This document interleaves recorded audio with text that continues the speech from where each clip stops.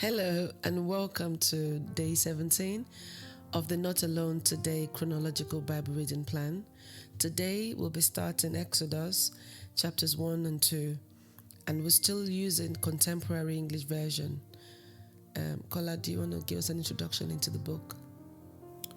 Yes, the book of Exodus, just as the name implies, is the story of the Exodus. Exodus of who? So we left off in Genesis with the family of Jacob having relocated to Egypt. And we've been made to know that they've grown. And so in Exodus, we're going to see a continuation of that story pretty much. How in the region that they got when they settled in Egypt, which is Goshen, they became more or less a nation within a nation. And then the fulfillment of the promise God has made to Abraham about 400 years ago would come to pass. And so the bulk of the book is about the children of Israel leaving Egypt, making that exodus out of Egypt and beginning their journey into the land that the Lord has promised them, the land where Abraham lived, the land where Isaac lived, the land where Jacob himself used to live at some point. And that's what the bulk of the book is about. And there's also the laws given in Mount Sinai and the tabernacle.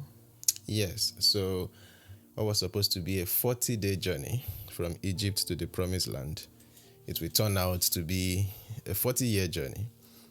And the other half of the book of Exodus will focus on the beginning of the ramblings or wanderings, they call it, that elongated or prolonged that journey.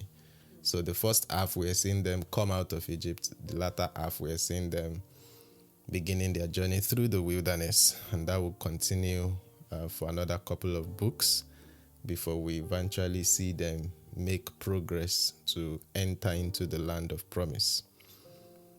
So that's the book of Exodus in a nutshell. But today we are going into chapters 1 to 2.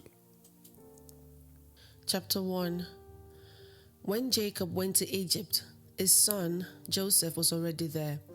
So Jacob took his 11 other sons and their families. They were Reuben, Simeon, Levi, Judah, Issachar, Zebulun, Benjamin, Dan, Naphtali, Gad, and Asher. Altogether, Jacob had 70 children, grandchildren, and great-grandchildren who went with him. After Joseph, his brothers, and everyone else in that generation had died, the people of Israel became so numerous that the whole region of Goshen was full of them. Many years later, a new king came to power. He did not know what Joseph had done for Egypt, and he told the Egyptians, "There are too many of those Israelites in our country, and they are becoming more powerful than we are. If we don't outsmart them, their families will keep growing larger. And if our country goes to war, they could easily fight on the side of our enemies and escape from Egypt." The Egyptians put slave bosses in charge of the people of Israel and tried to wear them down with hard work. Those bosses forced them to build the cities of Pithom and Ramesses, where the king could store his supplies. But even though the Israelites were mistreated, their families grew larger and they took over more land. Because of this, the Egyptians feared them worse than before and made them work so hard that their lives were miserable. The Egyptians were cruel to the people of Israel and forced them to make bricks and to mix mortar and to work in the fields. Finally, the king called in Shipra and Puah, the two women who helped the Hebrew mothers when they gave birth. He told them, "If a Hebrew woman gives birth to a girl, let the child live. If the baby is a boy, kill him." But the two women were faithful to God and did not kill the boys, even though the king had told them to. The king called them in again and asked, "Why are you letting those baby boys live?" They answered, "Hebrew women have their babies much quicker than Egyptian women. By the time we arrive, their babies are already born. God was good to the two women because they truly respected him, and he blessed them with children of their own. The Hebrews kept increasing until finally the king gave a command to everyone in the nation. As soon as a Hebrew boy is born, throw him into the Nile River, but you can let the girls live. Chapter 2. A man from the Levite tribe married a woman from the same tribe, and she later had a baby boy. He was a beautiful child, and she kept him inside for 3 months. But when she could no longer keep him hidden, she made a basket out of reeds and covered it with tar. She put him in the basket and placed it in the tall grass along the edge of the Nile River. The baby's older sister stood off at a distance to see what would happen to him. About that time, one of the king's daughters came down to take a bath in the river, while a servant woman walked along the riverbank. She saw the basket in the tall grass and sent one of them to pull it out of the water. When the king's daughter opened the basket, she saw the baby crying and felt sorry for him. She said, "This must be one of the Hebrews' babies." At once, the baby's older sister came up and asked, "Do you want me to get a Hebrew woman to take care of the baby for you?" "Yes," the king's daughter answered. So the girl brought the baby's mother, and the king's daughter told her, "Take care of this child, and I will pay you." The baby's mother carried him home and took care of him. And when he was old enough, she took him to the king's daughter, who adopted him. She named him Moses, because she said, "I pulled him out of the water." After Moses had grown up, he went out to where his home people were hard at work, and he saw an Egyptian beating one of them. Moses looked around to see if anyone was watching. Then he killed the Egyptian and hid his body in the sand. When Moses went out the next day, he saw two Hebrews fighting. So he went to the man who had started the fight and asked, "Why are you beating up one of your own people?" The man answered, "Who put you in charge of us and made you our judge? Are you planning to kill me just like you killed that Egyptian?" This frightened Moses because he was sure that people must have found out what had happened. When the king heard what Moses had done, he wanted to kill him. But Moses escaped and went to the land of Midian. One day Moses was sitting by a well. The 7 daughters of Jethro, the priest of Midian, came up to water their father's sheep and goats. Some shepherds tried to chase them away, but Moses came to their rescue and watered their animals. When Jethro's daughters returned home, their father asked, "Why have you come back so early today?" They answered, "An Egyptian rescued us from the shepherds and even watered our sheep and goats." "Where is he?" Jethro asked. "Why did you leave him out there? Invite him to eat with us." Moses agreed to stay on with Jethro, who later let his daughter Zipporah marry Moses. And when she had a son, Moses said, "I will name him Gershom, since I'm a foreigner in this country." After the death of the king of Egypt, the Israelites still complained because they were forced to be slaves. They cried out for help, and God heard their loud cries. He did not forget the promise he had made to Abraham, Isaac, and Jacob. And because he knew what was happening to his people, he felt sorry for them. This is the word of the Lord. Thanks be to God. Okay, so here we are, introduced to a new character, the supposed author of the first 5 books, at least traditionally ascribed to him, which is interesting because that means he also wrote of his own birth as well as his own death by the time we get to... It could be a retelling rather than a... Yeah, I mean, there are all sorts of schools of thoughts among Bible scholars about the authorship of the first 5 books, but even Jesus would refer to these books as Moses said, or the law of Moses, and things like that. So, yeah, the tradition is honored, and we fully align as such. But what stood out to you in those 2 chapters?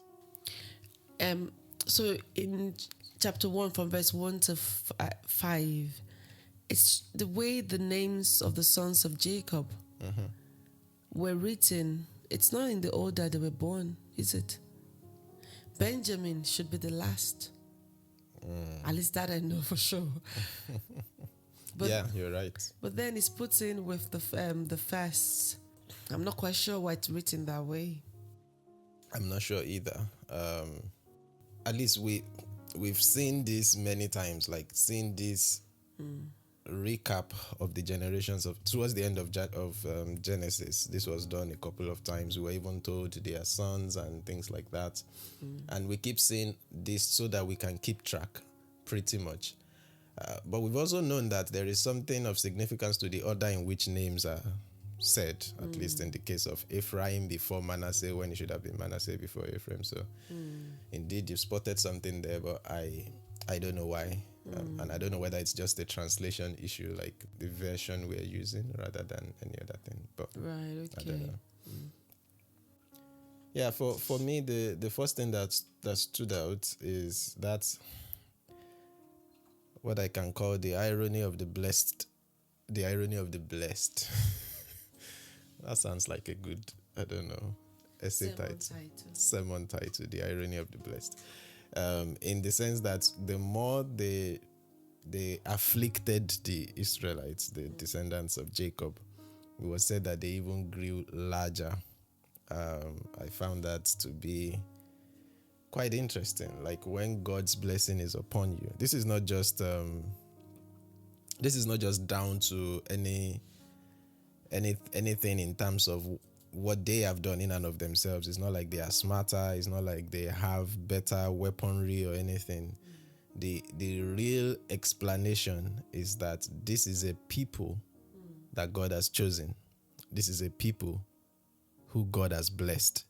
And when God's blessing is upon you, as intangible and almost unexplainable as it is, it's a factor that makes all the difference in one's life. Paul will go on to say, we are pressed down but not destroyed. We are persecuted but not abandoned. It's the irony of the blessed. Like no matter how much you keep pulling them down, the Lord always comes to their rescue. And how beautiful is that as a reassurance for each and every one of us. No matter what you're going through, if you're part of God's family, as these people were, and we're going to see what that really means. You know, sometimes Christians take for granted this whole idea that now we are in the family of God. It just now we are children of God, now we are people of God, adopted sons and daughters. We're going to see what God does for his people perhaps more than in any other book. We're going to see it in Exodus, how God will come out in HD, in 4K, in 8K, to stand for his people. And that begins from just this little glimpse that even when they were, in some sense, afflicting them more, the phrase that was used in this translation is that they grew larger.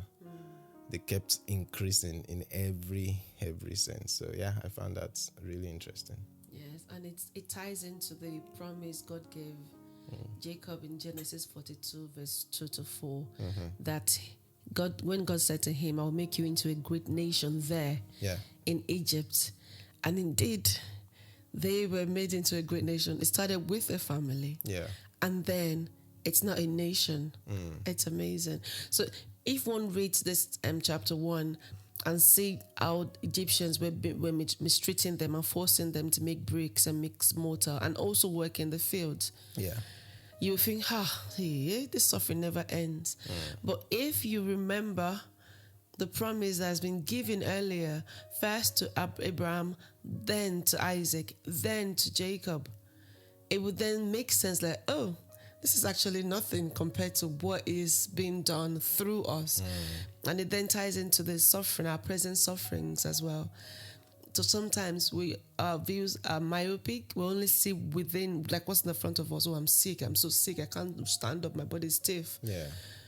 But then if you are able to think about what the body has been able to accomplish before it got to that stiffness, I think you kind of realign your view of what is to come and how to get out of that stiffness or the present suffering, not to get out of it, how to manage it basically. So I found it very, like, when I was reading it, I felt a bit sad, but then I felt like, this is something, this is coming. It's like it's like a movie where you're in suspense, but then you get to see like, aha, this is what is going to happen next. So it's quite intriguing. Yeah. Two other thoughts on that first chapter for me. One is something for migrants, or specifically immigrants in this, like, as in like the experience of the Israelites as immigrants in Egypt is going to be eventually part of a defining reality for the rest of their journey, even as they go into the promised land, even as God begins to give them laws and guidance and things. But so much so at this particular point in the story, I think one thing to take from there is to say, if you are an immigrant, you want to live with the understanding of, the real family that you belong to, your most important family, I should say, because your earthly family is equally valid. However, there is a family that is even of more significance, that should be of more priority, if you will, and that's being a member of the family of God.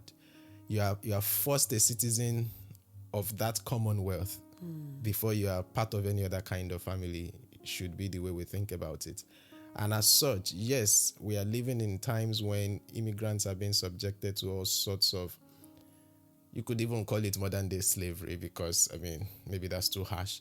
But yeah, to be an immigrant in many countries, especially in the West, is to you see people that have been really well to do in their nations of origin. They come into all this Western context and they have to begin again, and sometimes in pretty much humiliating ways.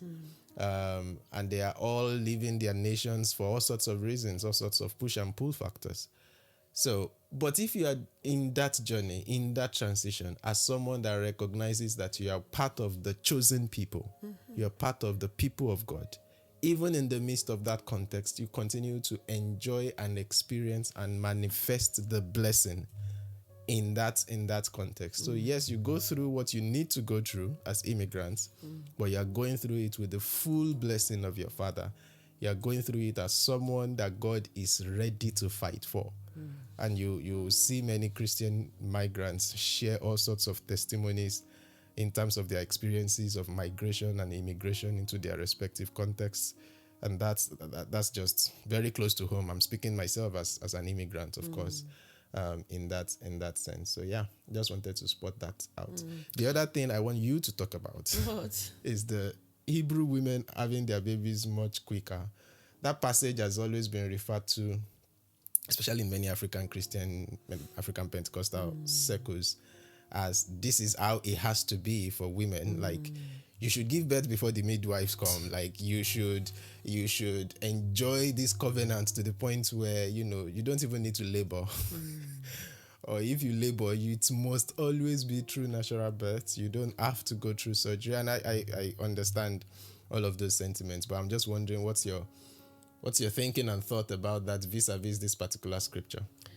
So yes, I also had that understanding, because I'd always read that verse in what's the word? In isolation. But now reading it in holistically, I've seen that the Hebrew women had to give birth that way because of the nations they were becoming. So the context of their giving birth before the midwife came was linked to the promise that has been given to them. Like Exodus chapter 12 says that about 600,000 men on foot left Egypt. And they said, the commentary I read said,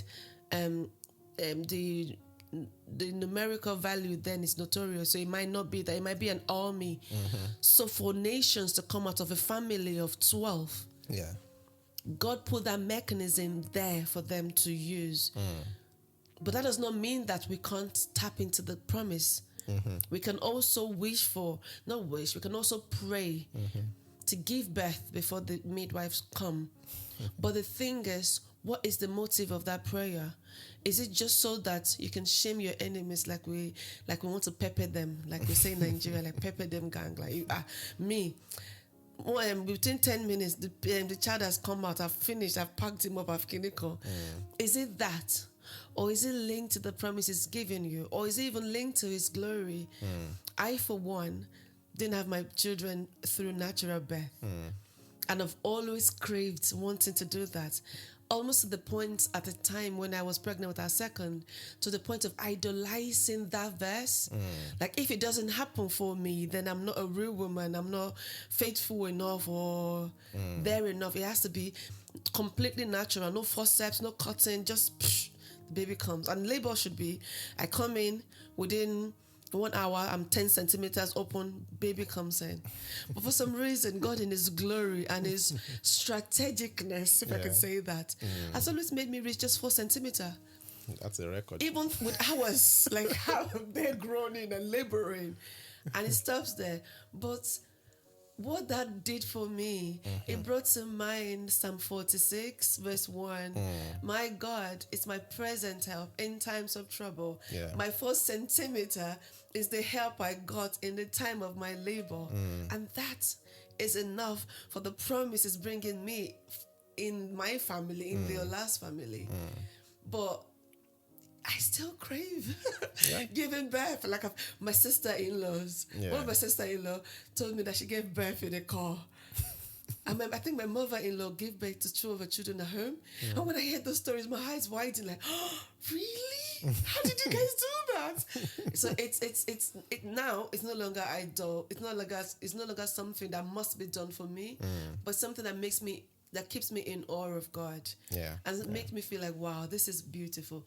And I then turned up wishes and hopes for my son's wives and my daughter as well. Like when she comes and when my son's wives are about to give birth, may they find it easier than I did. May they find in the throes of their labor that God is still their present help in times of trouble. Yeah. It is not linked to the story of others, but it is their context, their trouble, and their help at the time that it is being done. Yeah. Wow, thank you. I specifically asked that as well because, I mean, at the end of last year, there are many churches that would have like an annual Thanksgiving service. And I was listening to that of one particular church in Nigeria. And one of the pastors was sharing how about, 12, 14 years ago when the wife gave birth, she gave birth through a cesarean section. Whereas all through the pregnancy, she's been claiming this promise of, I'm a Hebrew woman, I give birth very easily, no cutting and all that. And eventually having to go through the inevitable reality of cesarean section as it was in our own case, led her down a downward spiral of depression, postpartum depression, not so much as a medical reality, but more of a spiritual thing, because then she felt like she's not Christian enough. She wasn't, and this is a pastor's wife. She's in some sense a shepherdess. She also carries an authority over others. And so I think that even adds a layer of pressure to her that I should have, my own should be an example to all the women in the church. That's what I mean. And they had to come at that, prayerfully to come out of that understanding, that hold, that grip, to appreciate the joy that is right in front of them. The child, the child is the label is the child. The joy. Behold the child, and we're happy. I don't know if it was Jesus or Paul, whether Jesus in the parable or Paul in one of his epistles was giving that analogy that, once the child is born, you forget the labor, you forget the pain, you forget. But when the child is born and you are still unable to enjoy the joy that is right before you, I think that's misunderstanding or misappropriating the promise of God in that sense. So yeah, it is actually natural that sometimes you might not be able to enjoy the child before you. Yeah, it happens. But then when you bring back every time you behold the child, remember the promise. Remember the lineage, how a family became a nation. In a sense, it helps you to come back to the help that you're holding. Yeah. The beautiful bundle of joy. Yeah. And then slowly the joy returns. And God is I'm excited. I like this Christian life. Indeed. Because sometimes it's so broad and so contextual that if you fail to appreciate the context and you read the struggles in isolation, you might miss out on it. Yeah.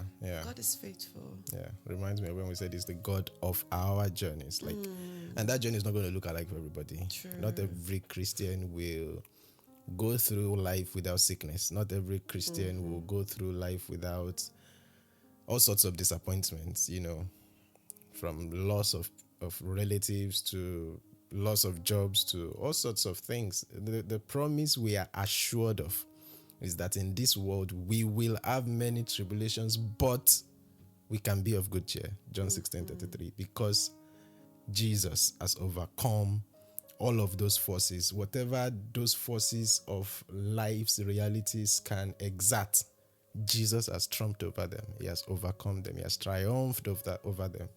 And he has shared that victory with us. So we can always hold on to that ultimate victory that is assured us, even as we go through the undulating hills and valleys of our journeys. All right. Anything in chapter 2 for you? For chapter 2, I was in awe of the king's daughter. Imagine having your bath and servant women are patrolling the riverbank, protecting you. I feel like, I wouldn't want that. Obviously, I wouldn't want to have a bath in the river. But when I read it, it depicted like a royal, like a classic woman, a woman who is unbothered by the crisis of the world. She has people surrounding her, yet she saw, because she had to see. If indeed she was having a bath and several women were walking along the riverbank, she had no reason to see the basket, because it's a mundane task to her, like, I'm just going to go have my bath. But she saw this particular day, and again brings to mind how that God is still our present help in times of trouble. Yeah. We don't have to work out the mechanism of how the help would come. He's strategic enough to put them in places and put people in places that will spot what needs to be spotted and then help us. Indeed. I noted the fact that Moses' parents are from the tribe of Levi. Okay. I don't know if that is of any profound significance. I know eventually that the tribe of Levi would be the tribe that are chosen to be the priests in God's presence. But and I noticed that both the father and the mother were from the same tribe. That's not to say it's wrong to marry outside of your tribe, but I'm saying that and applying it again in the context of what has been a recurrent message through our journey through Genesis. Marry from your tribe in this context being marry from the family. And I don't know why that keeps coming up again and again, but maybe someone listening needs to hear that. Marry from your family in the sense of marry from within the Christian faith. That's as foundational as it gets in that understanding. Yes. And I also saw how Moses' story is similar to the story of the other patriarchs. So Abraham enjoyed a season of obedience, of walking with God, and then had a moment of weakness with Agar, and then Isaac as well. Then Jacob actually started with his own struggles before then coming to knowing God, not just the God of his father, but his own God. Noah as well, there was obedience, then there was drunkenness. And then in Moses' story, there was him being saved. There was him trying to save people, trying to work for his own people. And then his own people turning against him so much that he had to leave. But if we see what is happening, we would know that it's not just the present suffering. Something is happening. In chapter 1, we read that the Israelites were mourning and crying to God. In chapter 2, a baby was born. Hallelujah. But the baby started to experience some troubles. But we know, because we're reading the story from the completion of it, that it doesn't just end there. There's still a saving, a rescue, a moving away, an exodus away from the trouble. And that again makes me baby leap with joy. So thank you for joining us for day 17. It's been an interesting introduction into the story of Moses and the new realities of the Israelites. And we'll continue to see what that looks like and how the story plays out as we turn the page to day 18 tomorrow. Until then, remember, you're not alone today. God bless. God bless you.